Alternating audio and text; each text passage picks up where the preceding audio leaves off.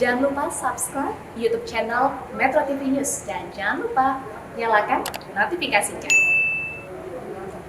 Pemirsa, kita awali Selamat Pagi Indonesia pagi ini dengan informasi bahwa pemerintah ini JSN berencana dalam waktu dekat menghapus bahan bakar minyak berjenis premium dan juga pertalite. Iya, lalu bagaimana respon masyarakat terkait dengan rencana penghapusan bahan bakar minyak pertalite dan juga premium? Kita akan simak laporan selengkapnya dari rekan kami Arstia dan Nur Ihsanullah berikut ini.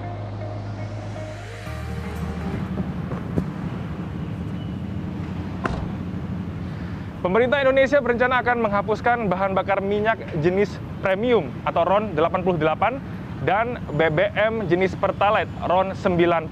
Dan sebagai tahap awal, pemerintah akan menghapus terlebih dahulu bahan bakar minyak jenis premium pada tahun depan, yakni tahun 2022.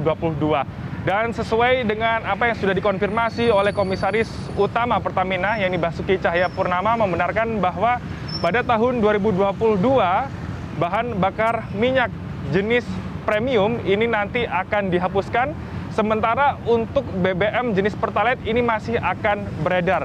Dan selain itu, Menteri ESDM yakni Arifin Tasrif menjelaskan bahwa kebijakan ini dibuat adalah untuk memperbaiki kualitas bahan bakar serta mengurangi dampak dari emisi gas rumah kaca. Dan tentunya kebijakan ini akan memantik respon dari masyarakat luas. Dan bagaimana respon dari masyarakat? Berikut kita simak sejumlah respon dari masyarakat terkait dengan kebijakan ini. Ya sebenarnya sih agak keberatan ya, karena kan kondisi sekarang masih pandemi. Nah tapi kalau memang ada program pemerintah seperti itu ya kita hanya bisa untuk mengikuti aja. Yang paling penting dicari solusi yang terbaik dah. Ya kalau memang lebih baik untuk emisi ya, nggak polusi gitu ya, lebih bagus ya nggak apa-apa sih. Diganti ya diganti lebih baik ya kan daripada pertalite. Ya nggak setuju lah katanya, karena kan kita mobil kalau misal dihapus ini macam mana isi bensin kita harus cari yang lebih mahal lagi dong otomatis ya kan ya. Terus kemampuan kita lagi pandemi gini kan, rakyat lagi susah kayak gini ya, kalau bisa janganlah gitu. Terima kasih ya, sehat selalu, selamat datang kembali di studio kami. Terima kasih Mas. Perubahan dari premium menuju pertalite ini diyakini mampu mengurangi kadar emisi karbon dioksida sebesar 14%. Sementara dari pertalite ke Pertamax ini diyakini mampu mengurangi kadar emisi karbon dioksida sebesar 27%. Dari Jakarta, Ari Setia, Nur Ihsanullah, Metro TV. Terima kasih Mas ya. Ya pemirsa, dan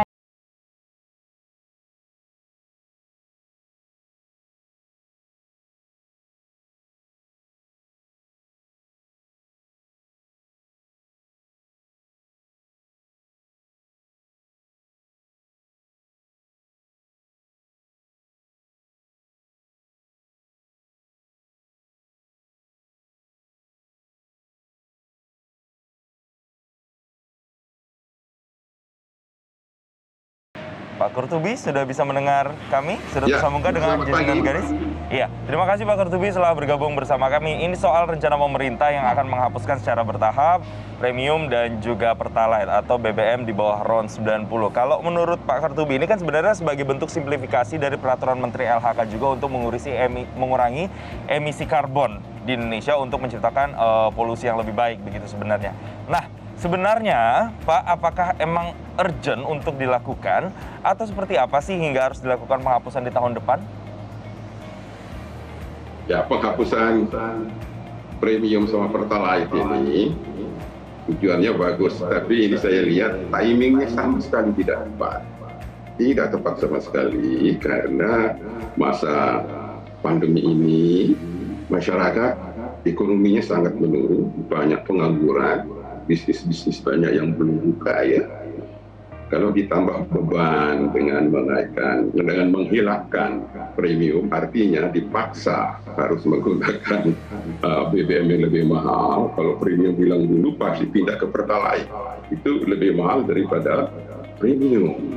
Ini kurang tepat sebab akan memicu lebih kencang lagi inflasi. Hari-hari ini pun kenaikan barang dan jasa dirasakan oleh rakyat di pasar-pasar itu. Harga-harga kebutuhan sudah meningkat ini. Nah, kalau ditambah dengan pengeluaran masyarakat untuk BBM meningkat atau harga BBM yang dipakai oleh masyarakat meningkat, yang tadinya katakan pakai premium, ya lalu pindah ke Pertalite. Nah, ini inflasinya akan tambah kencang lagi dan menggiring kelompok masyarakat yang kehilangan pekerjaan, yang hampir miskin, akan menjadi benar-benar miskin ini nantinya ya. Nah, justru ini tidak bijaksana. Saya sepakat, tetapi ingat juga ya, Paris Agreement memang menghendaki emisi CO2 dikurangi, penggunaan energi fosil dikurangi, tapi konsentrasi kebijakannya itu untuk listrik. Ya, listrik dari batu bara yang harus kurangi. Nah, kalau sektor angkutan, dunia itu sepakat menggunakan kendaraan listrik nantinya. Jadi tidak hanya premium Pertalite yang hilang, Pertamax yang super pun akan hilang nanti. Tidak usah dipaksa. Ya, sebab semua negara itu sepakat untuk menggunakan kendaraan listrik. Jadi ini kurang tepat kebijakan ini, sekalipun maksudnya bagus, timingnya tidak tepat. Ada solusi untuk CO2, emisi CO2 di sektor transportasi, saya ulang, solusinya adalah ke kendaraan listrik. Bukan dengan mengutak-atik atau memaksa rakyat untuk memakai BBM yang lebih mahal. Jangan-jangan ya, kebijakan ini ada maksud lain. Maksud lainnya apa? Baik, secara timing tidak tepat, dianggap kontraproduktif dengan upaya pemulihan ekonomi di tengah pandemi COVID-19.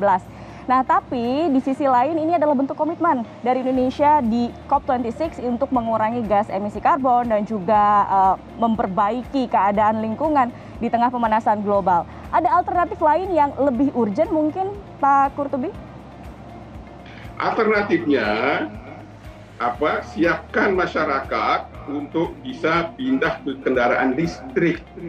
Ya, sudah mulai sedikit di seluruh dunia sudah mulai ini tempat pengecasan listriknya di jalan-jalan sudah diperbanyak begitu.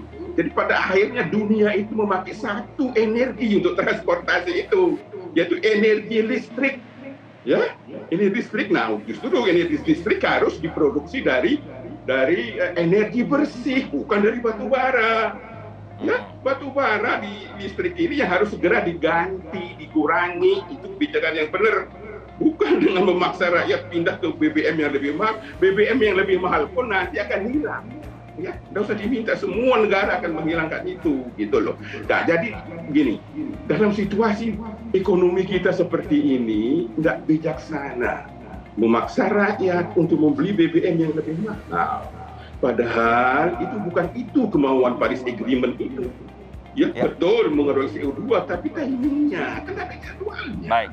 Seperti Pak, itu, ya. Oke, mungkin dinilainya timingnya belum tepat. Tapi jika kita berandai-andai tahun depan memang akan dilakukan secara bertahap pengurangannya atau penyetopan dari penggunaan dua jenis BBM tadi, apakah 3 step yang kemudian sudah diungkapkan mulai dari mengurangi premium, kemudian mengurangi premium dan Pertalite, dan kemudian nanti di step terakhir adalah menggunakan RON yang lebih tinggi, RON 91 misalnya Pertamax dan juga Pertamax Turbo.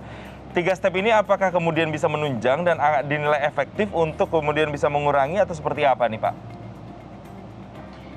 Jadi kalau konsentrasi kebijakannya di bahan bakar di kendaraan tidak tepat kalau kita ingin menuju emisi CO2, emisi karbon itu berkurang atau nanti hilang di bumi Indonesia ini, ya. Mengingat juga BBM ini dalam bahasa konstitusi, dia adalah cabang produksi penting yang menguasai hajat hidup orang banyak yang sering dilupakan oleh pemerintah. Ya, pasal 33 UUD 45 bunyinya begitu. Nah, sekarang harga minyak dunia tinggi, kita paham.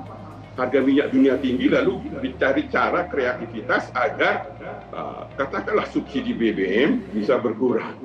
Ya, sebenarnya masalahnya dari sini kalau soal migas. Masalahnya adalah produksi minyak kita yang amat sangat rendah saat ini lalu harga minyak melonjak ke $80, bahkan bisa ke $100 nantinya, produksi kita kecil.